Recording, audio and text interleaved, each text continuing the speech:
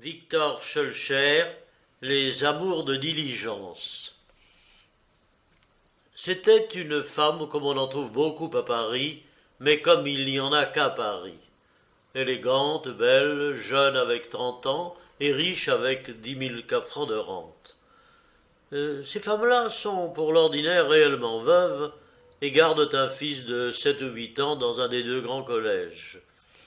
Quelquefois, leur mariage les a fait baronnes, mais elles n'en tirent nulle vanité. Elles comptent trop sur elles-mêmes pour se parer d'un mot. Elles ont des cheveux blonds, une peau de satin, des ongles blancs, un corps frêle, une physionomie douce, des bas de fil d'Écosse, des robes faites pour la bonne faiseuse, des mouchoirs de batiste et des gants de Suède. Toute leur personne est d'une délicatesse exquise, et elles laissent après elles un parfum presque insensible de 1000 odeurs délicieuses. Elles habitent une jolie maison dans la chaussée d'Antin, meublée avec recherche, toujours ornée de fleurs, dans laquelle on trouve un domestique attentif, une cuisinière indifférente et une femme de chambre dévouée. Elles passent ordinairement l'été à la campagne, ne reçoivent pas avant midi, se promènent quelquefois sur les boulevards et jamais aux Tuileries. Elles ont une place le dimanche à Saint-Roch et une loge le vendredi à l'Opéra. Saluées respectueusement par les vieillards, courtisées par les jeunes gens, beaucoup regardées par les jeunes femmes, elles vont dans le meilleur monde, où elles sont étudiées comme modèles de bonne compagnie. Possédant au plus haut degré ce que l'on appelle le bon goût, elles dédaignent profondément les salons de Louis-Philippe. Et si elles avaient assez de cœur pour avoir une opinion politique, elles seraient républicaines. Du reste, elles sont fort ignorantes, lisent peu, ont une écriture de mouche qu'elles vous envoient à propos de tout sur du papier batte, et ne savent l'orthographe que des mots courants. Leur conversation est généralement nulle, mais il y a dans leur langage quelque chose de fin, et dans leur société quelque chose de parfumé qui charme et captive. À tout prendre, ce sont des objets d'une valeur réelle assez mince. On peut les considérer comme une monnaie sans cours hors du département de la Seine. C'est enfin une création de fantaisie essentiellement parisienne, qui serait tenue pour inutile et vile, malgré ses formes séduisantes, par tout homme qui n'en connaîtrait pas l'usage ou ne serait pas accoutumé à la voir. Quand vous rencontrerez une de ces femmes-là quelque part, que ce soit en chemin ou dans un salon, au théâtre ou dans la rue, tenez-vous sur vos gardes. Autrement vous en aurez pour 8 jours à penser à elles, car elles ne rougissent plus, il est vrai, mais elles ont une voix douce comme celle des anges, des airs de tête et des regards à remuer l'âme la plus stoïque. Or, celle dont je vous ai parlé au commencement de cette histoire monta un matin dans le coupé de la diligence où je me trouvais pour aller je ne sais plus où, n'importe. Nous étions seuls, les chevaux couraient vite et la route était, autant que je puis me rappeler, peu fréquentée. Sitôt qu'elle fut assise, elle tira gracieusement son gant et passa ses doigts avec élégance dans les touffes de ses cheveux. Cela voulait me dire qu'elle avait de beaux cheveux blonds, de longs doigts bien effilés et une grosse bague ciselée au dernier goût, non pas avec ces vilains chiens qui courent gauchement après de vilains lièvres, mais avec des beaux feuillages entourés, larges et brillants, comme les Anglais savent les faire. Quand je vis cela, j'eus grand-peur, et je me mis à réfléchir sur ce qu'il pouvait arriver de moi. Peu de minutes après, elle respira un flacon de vinaigre. Je lui demandai si elle se sentait incommodée. Elle me répondit froidement « Non, monsieur ». Ma demande était assez sotte pour me valoir cette froideur. Je gardai le silence durant au moins un quart d'heure. La femme était calme, et ne jeta sur moi pendant cet espace de temps qu'un coup d'œil assez indifférent. C'était un coup d'œil d'observation. Elle voulait savoir à qui elle avait affaire. Ces femmes-là jugent très bien un homme sur sa redingote et sa cravate. Cependant, je me rappelais que ma mère m'avait mis dans la poche, avant de partir, une boîte de pastilles de chocolat. J'en mangeai une et je présentai la boîte. On me fit un petit sourire, tout plein de grâce, mais on refusa. Je n'avais plus qu'à regarder la campagne. Je commençais à être piqué. La diligence relaya et je fus bien heureux d'avoir les chevaux à examiner. Il se passa ainsi pour le moins une grande demi-heure. Alors elle me demanda le nom d'une ville que nous traversions, et comme cette ville était célèbre par de grandes beautés d'art et d'antiquité dont j'avais entendu parler, je me mis à en causer et la conversation s'engagea. Tout en bavardant, je lui faisais la cour sans savoir où cela me conduirait, sans un but bien déterminé. Notre société est arrangée ainsi que, sous peine de passer pour un homme mal élevé, vous devez toujours être amoureux de la femme que vous voyez pour la première fois en tête-à-tête. Que voulez-vous que je fasse à cela? Ma compagne savait d'ailleurs trop bien son monde pour s'étonner de mes galanteries, et peut-être ne les prenait-elle que comme un moyen de passer sa journée sans ennui. Froide et blasée, elle se croyait en état de jouer impunément à ce jeu.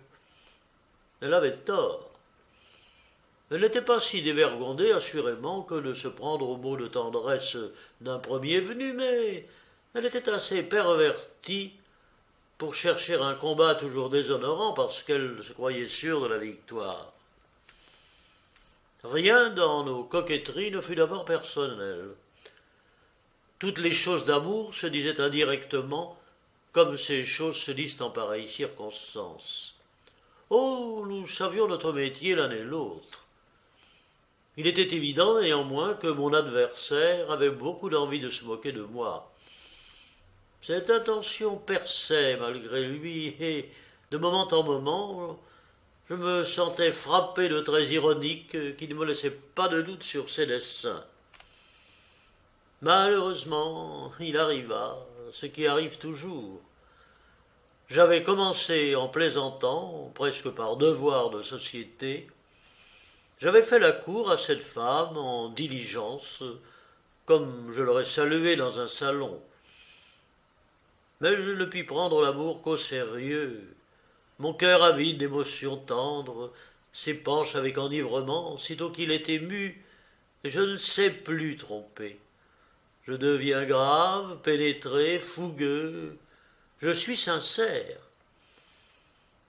La belle dame, me voyant ainsi, devint sérieuse à son tour. En vain voulut-elle se débarrasser par des moqueries et de la légèreté, et elle n'était plus maîtresse d'elle-même.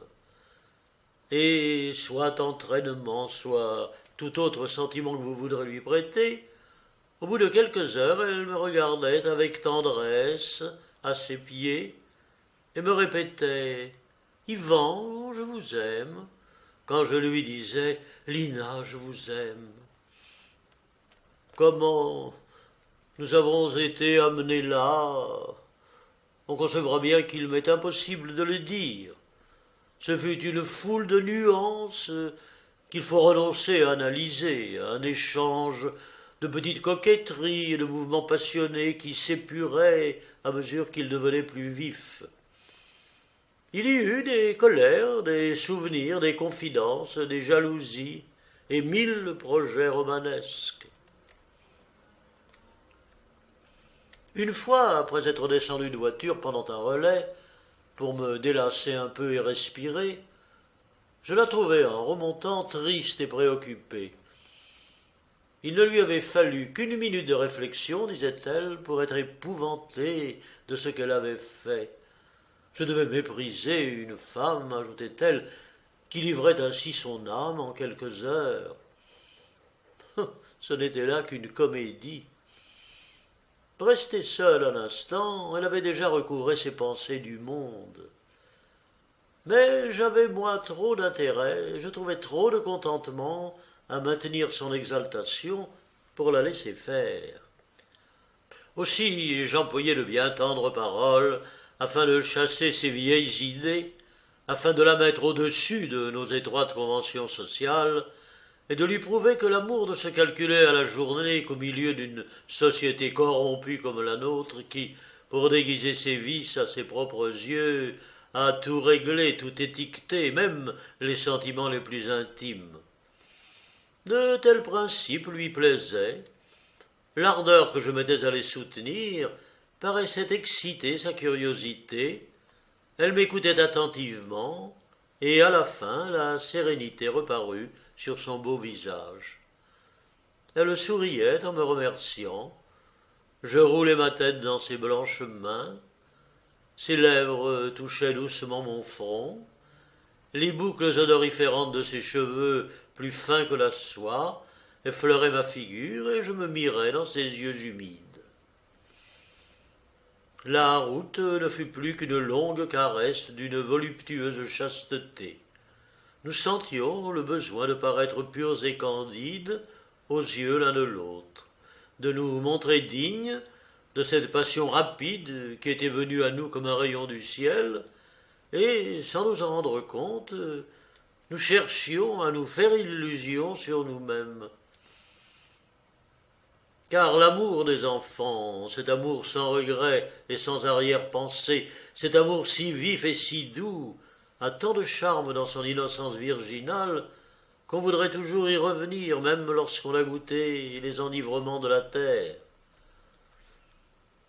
Pour moi, quand nous vîmes les murs de la ville où nous devions nous séparer, quand elle s'écria d'un ton de regret « Déjà !» j'éprouvais, je l'avoue, un véritable chagrin. J'étais heureux du bonheur factice que je m'étais créé. Ne connaissant pas ma nouvelle maîtresse, je lui prêtais toutes mes qualités favorites, et elle les avait.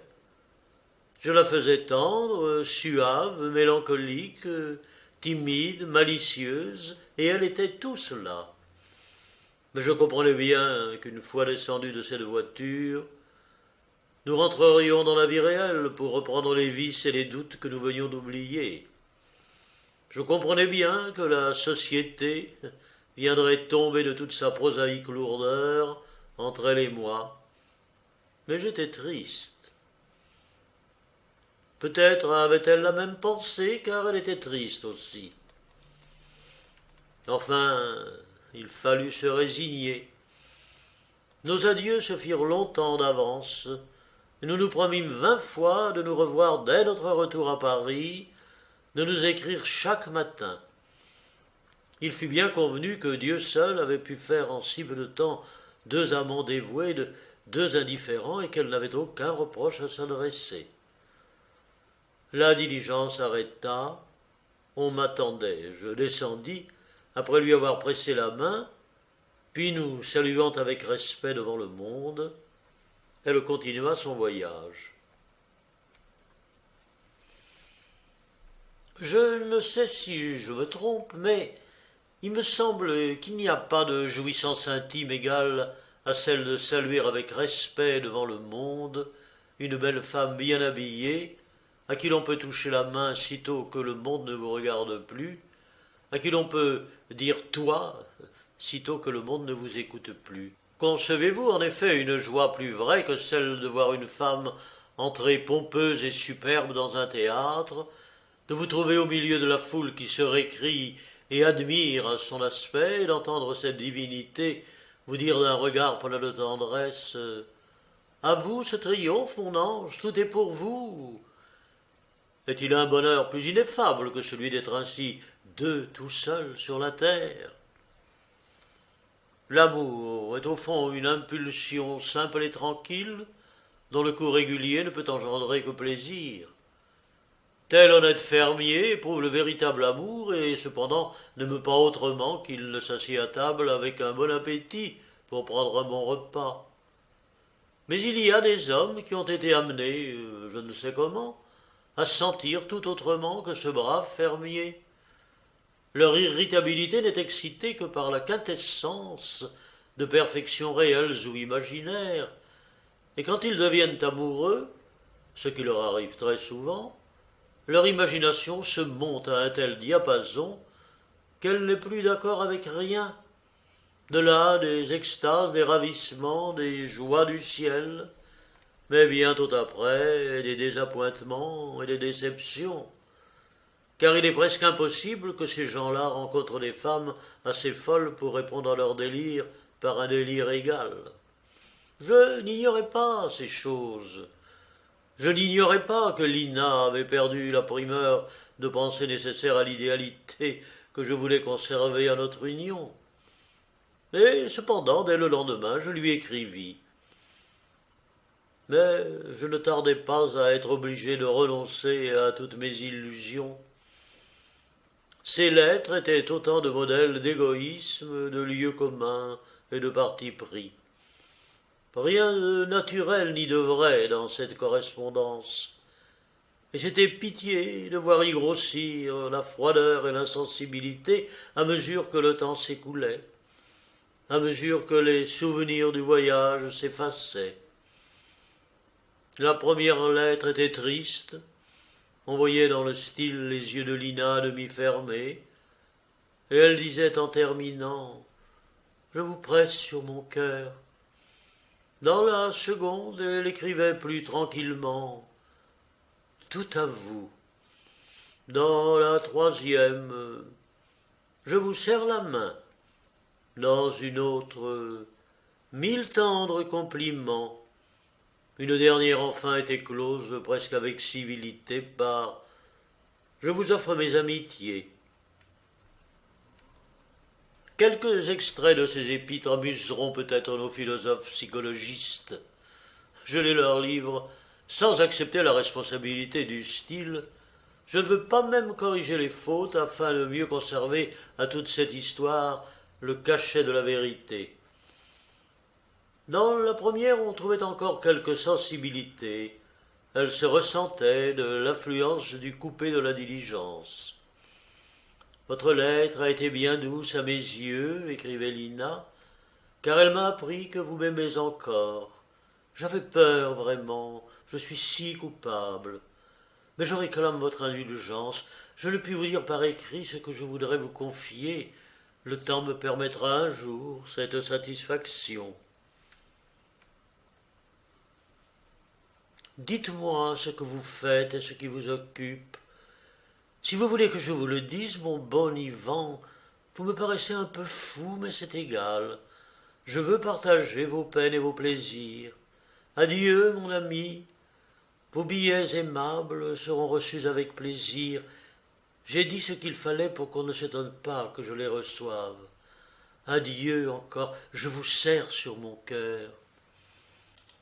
Dans la seconde, il y avait déjà plus de calme et moins d'intimité.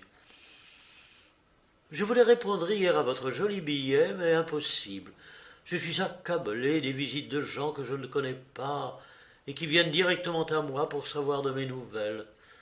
Rien ne m'amuse comme cet usage. J'ai déjà reçu 20 invitations à dîner. On dit que c'est un honneur que l'on doit faire à ma famille. Votre lettre n'a pas servi à me rendre ma gaieté. Je suis d'un sombre à faire peur. Je connais tous mes torts, et quoi que vous disiez, votre jugement sur mon compte doit être défavorable. Je vous quitte, car je suis si peu disposé à être aimable aujourd'hui, et je crois que j'ai été déjà dérangé 10 fois de ma lettre. Pour me dédommager des importunés dont je souffre, ne pouvant vous écrire en repos, je vous presse affectueusement la main. Voici l'avant-dernière, elle est bien courte. 15 grands jours de séparation avaient passé par là. Je n'ai que le temps de vous dire que je pars demain. Vous ne pouvez douter du regret que j'ai de ne pas vous avoir vu ici, mais j'espère que j'aurai le plaisir de vous recevoir dès votre retour à Paris. J'écris au milieu des paquets, je ne puis vous en dire plus long, et je suis toute honteuse de vous envoyer un pareil griffonnage. 1000 tendres compliments. La dernière n'est pas la moins curieuse. Je la reçois après m'être présenté chez elle lors de mon arrivée à Paris. Le hasard a voulu que je sois absente hier soir. J'espère qu'il vous sera possible de revenir demain avant 11 h, heure à laquelle je pars pour la campagne au château de Litch. Un mot. Je vous offre mes amitiés. Je n'ai pas besoin de dire que depuis longtemps je ne considérais plus cette aventure que comme un sujet d'observation. Je prenais intérêt à étudier les phases de cette rapide décroissance, et quoique je connusse bien la mauvaise qualité de la matière que j'avais employée pour faire mon idole, j'avoue que je m'émerveillais encore à la voir si vite se décomposer et tomber en poudre. Aussi, je ne manquais pas d'être exact au rendez-vous de Lina. La chose en valait la peine. Je la trouvais brillante, penchée sur un riche canapé, ravissante de bonheur et d'hésitation. Jamais je n'ai vu de tenture d'appartement qui alla mieux à une tête de femme, et jamais je n'ai vu de petit jour qui fût plus avantageux à une figure un peu fatiguée. Je ne sais pas si l'on trouvera beaucoup d'esprit dans sa correspondance, mais je sais qu'il y en avait énormément dans son cabinet.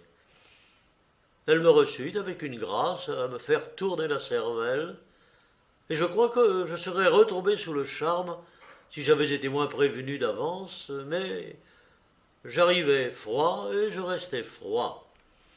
Elle, de son côté, était redevenue femme coquette, femme de Paris, comme je l'ai décrite, belle, délicate, séduisante, mais blasée, vaniteuse, pleine de mensonges, sans passion et l'âme desséchée.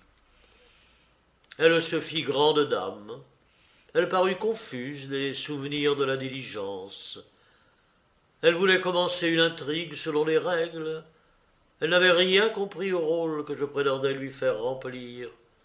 Mais elle joua le sien avec un charme inexprimable. Tout cela me parut pitoyable, et au bout d'une heure je me levai plein de dégoût pour prendre congé. Je vis bien qu'elle comprenait ce qui se passait en moi, mais elle ne voulut pas paraître s'en apercevoir, et me reconduisit jusqu'à la porte du salon, avec une exquise politesse. Depuis, je n'ai jamais remis les pieds chez elle, et quand nous nous rencontrons au théâtre ou à la promenade, elle ne semble pas du tout embarrassée. Nous ne nous saluons pas. Quand une femme fixera sur vous ses regards et vous laissera entendre de douces paroles, écoutez, mais doutez. Et si le lendemain elle a disparu, ne vous roulez pas dans la cendre, ne rasez pas votre tête, ne fuyez pas au désert. Voilà mon histoire. Elle paraîtra peut-être assez futile, surtout dans un temps où l'on s'occupe sérieusement de choses sérieuses. À moi, cependant, il m'a semblé bon de l'écrire, pour l'instruction de ceux de nos jeunes frères au cœur ardent, qui s'en vont voyager en diligence dans notre beau pays de France. Victor Schœlcher, Les amours de diligence. C'était une femme comme on en trouve beaucoup à Paris, mais comme il y en a